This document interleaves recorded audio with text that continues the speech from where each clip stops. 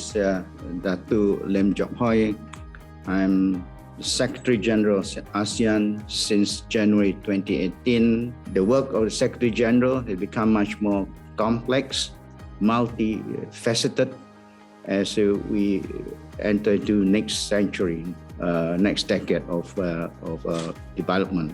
For example, beyond our efforts to realize the ASEAN Community Vision 2025, there are several cross-cutting transnational issues that are pertinent for us to address.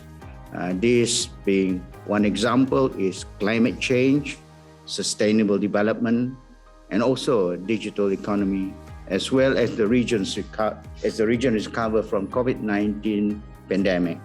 All this require ASEANs to be more adaptive and responsive to changing regional global environment.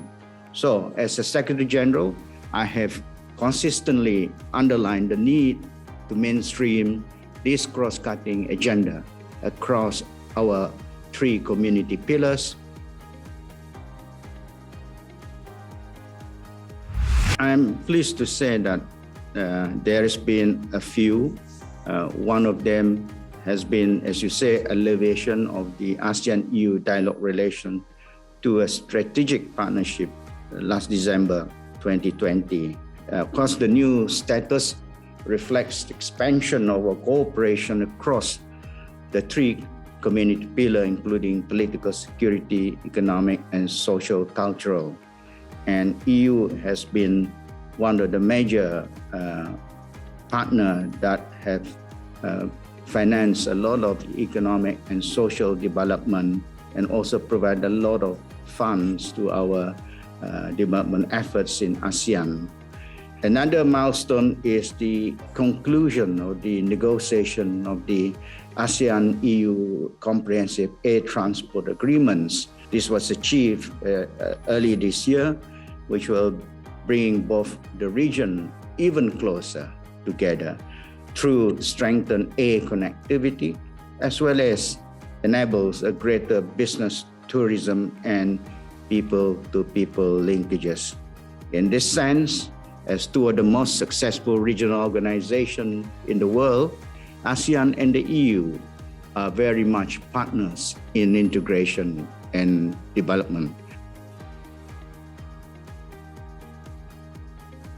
Challenges are common. For example, the COVID-19 pandemic has undoubtedly been a great challenge not only to our region, but also the world as well as EU. The pandemic has exacerbated, I think, inequality gaps, and that pushed, as estimated in ASEAN, 10 million people back to extreme poverty. What was good was we did not only work together among ourselves, but also with our external partners like the EU, where our responses start from first attempting to understand the complex health crisis and taking concrete steps to facilitate a resilient and sustainable recovery.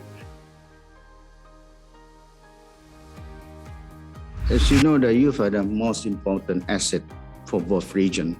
In this regard, ASEAN has expanding opportunity for our youth to participate and contribute to policy making and community development. Our long-standing support is manifested in various platforms, such as ASEAN Leaders Interface with the youth representative of ASEAN on the sideline of the summit. And I myself have interfaced with the youth last year, as well as the ASEAN Youth Forum in 2021. Meanwhile, in October 2021, we had the ASEAN Youth Camp Dialogue of the Youth for Climate Change, and this is also an indication that youth play an important role in the climate section. Indeed, ASEAN has been at the forefront of promoting youth involvement in the region and local climate action. I very much encourage youth to play a larger and more meaningful role in building a more equitable, I think, digital inclusive, because these are youth area of interest, digital inclusiveness, just a resilient and sustainable green society and global community. And if you have educate the youth in this area, I think the future will be very much in good hand. I look forward to the celebration of 45 years of fruitful collaboration between the ASEAN and EU.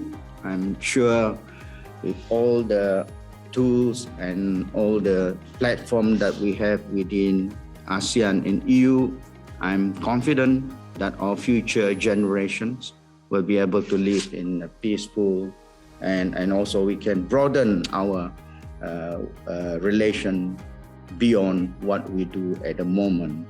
And I think the future is very much rosy if we work together in a manner of understanding and to keep the region peaceful, prosperous, and more importantly, sustainable. I think this is my message to the youth and the people of ASEAN and EU.